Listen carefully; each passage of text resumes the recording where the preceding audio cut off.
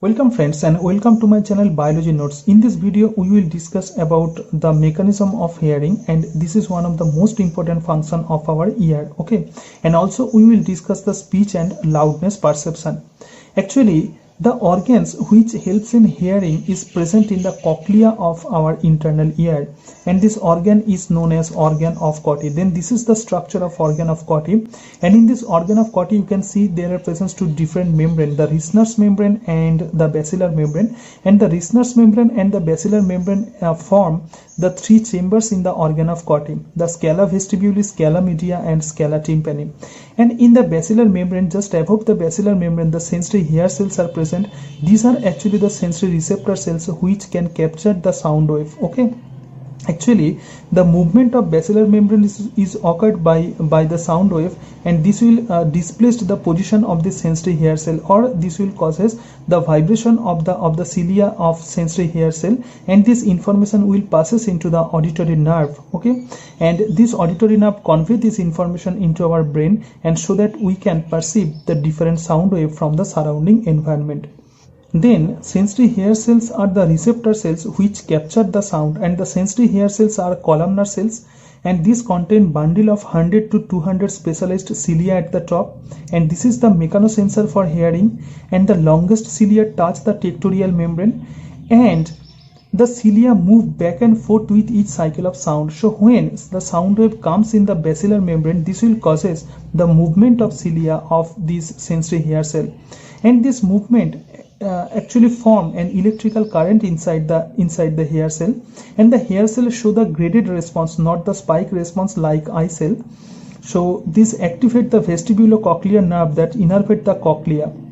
Okay, and this information goes to the auditory nerve, and then the auditory nerve action potential will be generated in the auditory nerve, and this auditory nerve convey the information towards the auditory center of brain. Then this is actually the main functions of our sensory hair cell.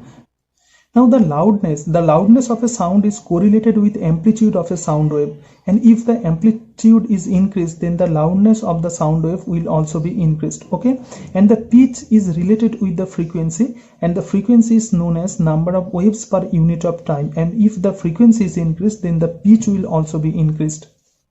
Now ear actually helps us to hear the different sound wave from the surrounding environment, and this is actually occurred by three steps. First is the amplification of the sound, and the second step is the vibration of the basilar membrane, and the third step is the convey of information from sensory hair cell into the brain. Okay, so first the amplification of the sound. Since sound wave move from air to the liquid medium of ear, it needs amplification for perception. The external ear receives the sound wave, and the waves strike on the tympanic membrane of the external ear, which is the end part of the external ear, and the vibration of the tympanic membrane transmitted through the middle ear ossicle, and in the middle ear ossicle the incoming sound wave will be amplified 20 times. This will reach the foot plate of the stapes and rhotic movement of the stapes.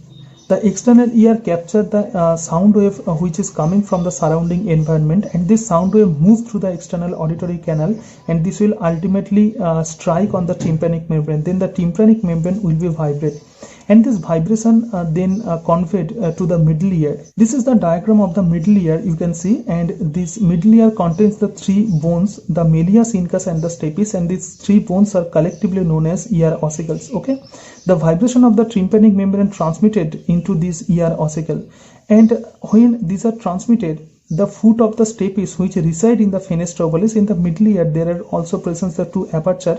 The upper aperture is known as fenestra ovalis, and the lower aperture is known as round window, and the foot of the stapes are reside in the fenestra ovalis, and the sound wave move from the tympanic membrane into the ear ossicles, that is into the malleus and then incus, and then this sound wave will be transmitted into the stapes, and the foot of the stapes will move, and this will causes the dancing of the stapes, and this vibration then enters into the fenestra ovalis, and then this will ultimately enters into the inner ear, and in the inner ear there are present cochlea, and inside the cochlea the organ of Corti are present. Okay, now fenestra ovalis transmit vibration to the perilymph of the scala vestibuli, and then via the Rischner's membrane to the endolymph of the scala media. but not through the helicotrema, and the vibration are transferred to the basilar membrane and the perilymph in the scala tympani, and the basilar membrane move up and down. Then the sound wave actually moves to the oval window, and ultimately this will reaches in the perilymph. Actually, in the cochlea or in the organ of Corti, there are present two membranes, the Rischner's membrane and the basilar membrane, and this will form the three chambers in cochlea, the scala vestibuli, scala media, and the scala tympani.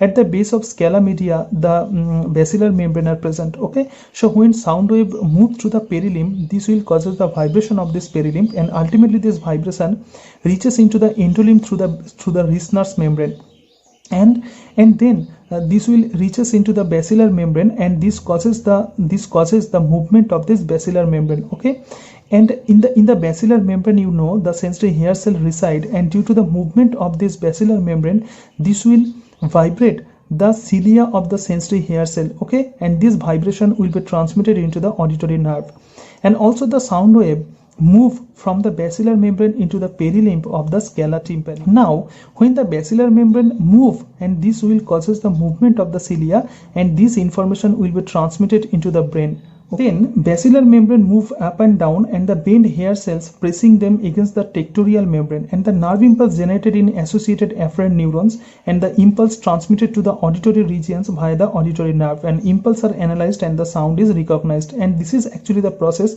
by which we can hear the different sound. Now we will discuss about the pitch and the loudness perception. Actually, the receptor cells in the different regions of organ of Corti are sensitive to the sounds of different pitches. Okay, and you know, in the organ of Corti there are present different type of receptor cells, and these different type of receptor cells are sensitive to the sounds of the different pitches.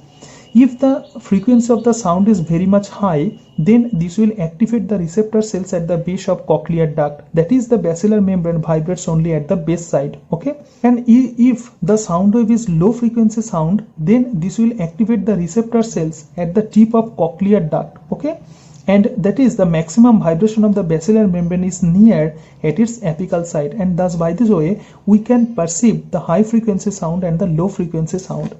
Next, the loudness perception. The loudness is perceived by the rate of nerve impulses reaching the brain, and the excessive loudness may destroy the sensory cells. Okay, then this is the process by which we can perceive the different pitches and the loudness of different sound wave coming from our environment.